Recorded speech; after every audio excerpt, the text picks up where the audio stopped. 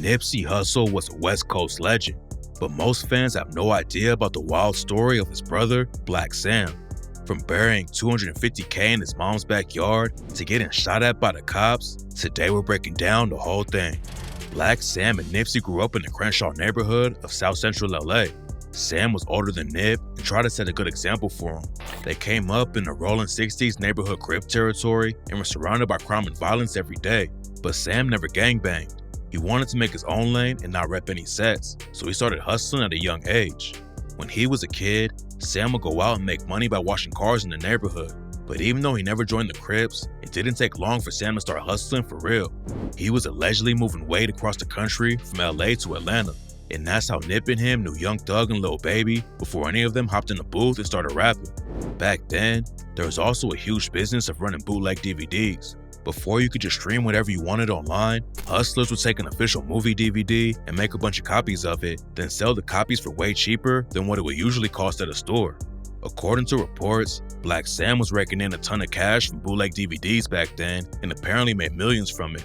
He had property out in Atlanta that he allegedly used for his operation, but all of it got taken by the feds after they busted him. By the time he was 18, Sam had made so much money in the streets that he had to bury $250K in his mom's backyard. He put it in a safe and wrapped the whole thing in plastic, and Nipsey told the Breakfast Club that when they dug it up, over $100K of the money was ruined because it got moldy. Nipsey even raps about the whole situation on his track Young Nigga and said, "Ballin' since my brother used to hustle out the Vons. Couple 100,000 up, he took a shovel to the lawn. No exaggeration for the content of my songs. When he went to dig it up, shit, 100-something gone. Molded. You can ask moms. Had to plug in blow dryers for the ones that we could wash." Sam was a major influence on Nipsey. He was making money his own way and trying to feed everybody without gangbanging, but Sam couldn't keep Nipsey out of the trenches. And when Nip was 14, he jumped off the porch and joined the Rolling 60s. The Rolling 60s are one of the most notorious Crip sets in the city. After Tukey Williams and Raymond Washington created the original Crip gang back in '69, dudes started breaking off and formed their own crews.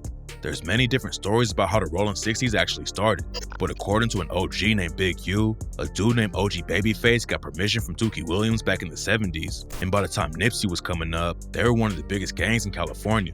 Back in the day, Big U was allegedly one of the most active dudes in the set. He told DJ Vlad, "You've been shot before." Yeah, 7 different times. No. 7 different occasions? Yeah. Okay. My first time I was 14. when Big U was coming up, the streets were crazy, but the cops weren't paying that much attention to it. Dudes weren't sliding on Instagram Live and putting everything out there for people to see. And most people had no idea how violent South Central really was. But that all changed when the Rolling 60s brutally murdered an NFL player's family. Kermit Alexander was a professional football player who was drafted by the San Francisco 49ers in the 1960s. By 1984, he had already been retired for years, and then he suffered a shocking loss. On August 31st, 1984, the Rolling 60s broke into the crib where his family was staying and killed Kermit Alexander's mom, sister, and his 2 nephews. According to reports, the 60s affiliates got the wrong address and were trying to kill someone who lived a couple houses down the block from Kermit's family. The murders made headlines all over the country, and that's when the cops really started taking a serious look at the Rolling 60s. A lot of dudes from the set started getting booked, and Big U ended up going down for 56 years after he got caught trying to buy drugs from an undercover cop. The cops started booking more Crips, but that didn't stop the Rolling 60s from growing. And by the time Nip jumped off the porch, they already had way bigger numbers than back in the 80s. Nipsey could have ended up just becoming another gang member, but then Sam and him went with their dad to Africa and everything changed. Sam and Nipsey's dad is a dude named DeWitt Ashkadam. DeWitt is from an African country called Eritrea, and he moved to America back in the day to escape a crazy war going on in Africa. Eritrea had a brutal war for 30 years between 1961 and 1991. A rebel group started trying to take over the government, and it sparked a deadly battle that almost destroyed the whole country. While DeWitt was living there, both sides of the war were killing innocent people. Villages were being burned down, and for years the situation just kept getting worse. So he finally escaped to America to get away from all the violence. Then in 2004, DeWitt took Sam and Nipsey back to his home country, and it had a massive impact on them. They spent 3 months in Eritrea, and when they came back, Sam and Nipsey were really on a mission to make their own lane. Sam, Nipsey, and Nipsey's best friend Fats started selling clothes and CDs from the trunk of Sam's car around Crenshaw and Slauson. They'd park the whip across the street from Louisiana Fried Chicken and sell shirts, socks, and sneakers to whoever rolled through. The three of them were trying to go legit, but that didn't stop the police from jamming them up. The cops would pull up and arrest them and take all their product. Sam would tell cops that they were legit, but the cops told them they weren't legit unless they paid taxes and rent like everybody else. So Sam and Nipsey leveled up and got a spot in a strip mall on Crenshaw and Slauson in 2006. The cops still kept pressuring them though. In an interview with The Guardian, Sam said that the cops would send in undercover dudes so they could watch the shop and that their whole goal was just to shut us down, even though positive things were happening in the store. According to reports, Sam and Nipsey were being targeted in a secret police investigation called Operation Laser. Laser used a bunch of info like traffic tickets, arrest records, and way more to target potential criminals. The system used points to tell the cops who was more likely to commit a crime. So if you had more points, chances are the police would be all over you for no reason. And since Nipsey and a lot of his homies had records and all hung out at the shop, the cops kept coming in and pressing them even though they were trying to do something legit. But by 2009, Nipsey was really popping off in the rap game. He had been dropping music since 2005, and Sam was always backing him up. All the hard work finally started to pay off, and Nip was linking up with superstars like Drake and Snoop Dogg, and even signed a deal with Epic Records. Sam and Nipsey took another loss that same year though, after the cops raided their shop and shut it down. Sam was arrested again, but he didn't let it slow him down and got right back to the grind when he came home. He opened up a new store, and everything was cool for a while. But then in 2011, he almost got murdered by the cops. After Nipsey joined the Rolling 60s, he ended up having a baby with Big U's niece. It's not clear how everything really went down, but this is the story according to some sources. Nip was tripping on his baby mama because she had their kids around some sketchy environments. And at some point, Nip allegedly put hands on the dude she was rocking with, and she ended up getting hurt during the situation too. That's when Big U and some goons allegedly rode up to Sam and Nipsey's shop to confront him. They started throwing hands, and Big U was allegedly really putting a beat down on Nip, so Sam ran inside the shop and grabbed his gun. He came back out and let off a shot in the air to break up the fight. The cops rolled up right after Sam let off the shot and saw him standing there with a gun in his hand. According to some sources, they didn't even give him a chance to lay it down before they upped their own straps and started letting off shots. The cops shot at Sam over 30 times, but luckily all of them missed and Sam made it out alive. Big U and Nipsey squashed their beef and everyone got back to business. Sam and Nipsey's store ended up getting raided and shut down again in 2014 though. It was another setback for the business, but Sam had bigger plans for the space. In 2017, Sam and Nipsey opened their Marathon clothing store on Crenshaw and Slauson. It was a huge win for both of them and the community, and hundreds of people showed up when they cut the ribbon to officially open the new spot. That same year, they opened up a weed shop off of West Boulevard, and it looked like everything was finally coming together. Nipsey was bigger than ever in the rap game, and Sam was taking over on the business side. All the legal drama was behind them, and they were ready to enjoy the success. But then, their team suffered a tragic loss. Nipsey's best friend was a dude named Boat the Fats. He had been right there with Nip and Sam from the jump and was helping them sell clothes out their car way before it all started. Just like Nipsey and Sam, Fats was always hanging around the shops, and sometimes he worked security at the weed spot off of West Boulevard. On September 29, 2017, Fats was in the parking lot of the weed store when someone drove by and started letting off shots. He was tragically killed at the scene, and rumors say it was some Rolling 60s who pulled the trigger on him.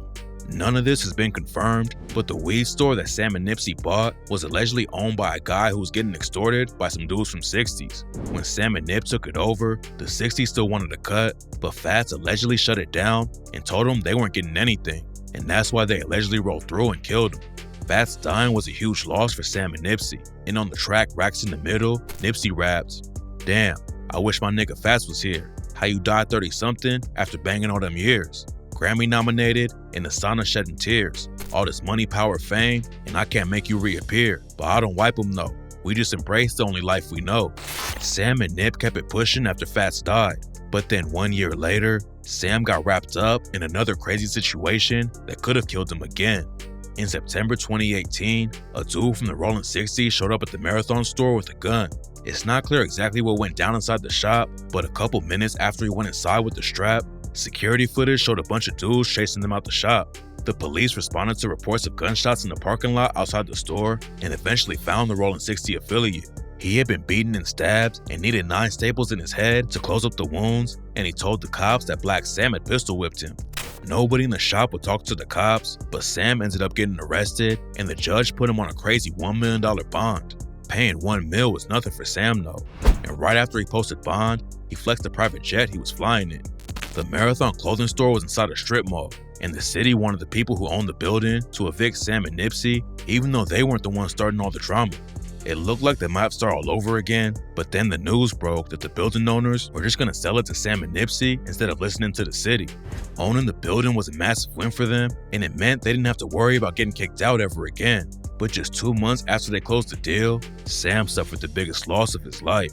On March 31st, 2019, Nipsey was hanging out in the parking lot of the Marathon store like he did all the time. A dude named Eric Holder, aka Shitty Cuz, rode up to the spot, and Nipsey allegedly warned him about some snitching rumors that were going around on his name. Nip never called Holder a snitch. He allegedly just told him that he needed to clear the situation up, but the conversation got Holder so pressed that he grabbed his strap and shot Nipsey in broad daylight. Sam was at his grandma's house when he got the call Nipsey had been shot. Sam hopped in his whip and sped straight to the Marathon shop right after it went down.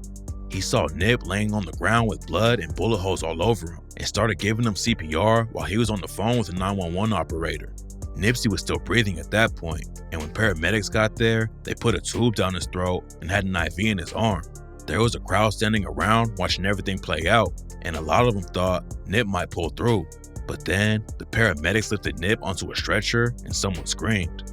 When they moved his body, that's when everyone saw the bullet wound in the back of Nipsey's head. Nipsey was pronounced dead at the hospital, and Sam says he died because of how much he cared about the community. Nipsey and Sam hired a lot of street dudes to work at the Marathon store because they had trouble finding jobs. Sam and Nip wanted to give them an opportunity to change their lives and make it out of the streets. None of them could carry guns though because they were felons, so Eric Holder was able to shoot Nip and start running away without anyone doing anything. Sam said that after Holder realized no one was doing anything, he ran back and shot Nipsey 2 more times. He turned around to leave again, but since nobody was still stepping in, Holder walked back up and shot Nipsey 3 more times and kicked him in the head. 2 days later, Holder was arrested and ended up going down for 60 years. Nipsey's death wasn't just a big loss for Sam. Nip was one of the most important rappers on the West Coast and was doing a ton of work to give back to the community. Sam has kept up the momentum though and is keeping Nip's name alive. He's also making sure Nipsey's kids are set up for life and has been putting everything in their name. There's still been drama behind the scenes though. After Nip died, the Crips tried to trademark the brand The Marathon Continues, which is the name of the company Sam wanted to use because Nip had a mixtape with the same title back in 2011. The Crips trying to trademark a business name like that is wild anyways. Sam and them both filed to get the trademark, but the Crips did it a couple weeks before Sam, and it looked like Sam might lose the rights to Nipsey's legacy. Luckily, that's not how it played out though, and Sam ended up getting the rights to the name. Blacc Sam hustled his whole life to get to the top, and without him, Nipsey might have never even hopped in the booth. On the track Crenshaw and Slauson, Nipsey raps, "Brought my grocery bag of cash back to Blacc Sam. He mashed the nigga. Next day, we went to Sam Mash. We bought Pro Tools and a microphone. Studio was far from plush, but them lights was on. Couple $100,000 stashed at my mama's house. Real estate in Atlanta, but ain't nobody know. Mac 11's in the safe, hidden in the flow. My bro did it like nobody that I've ever known." Sam and Nipsey had way bigger plans for their city. And even though Nipsey was murdered right in the neighborhood he was trying to help out, Sam is making it clear that he's not gonna let anything slow him down and carry on Nipsey's legacy forever.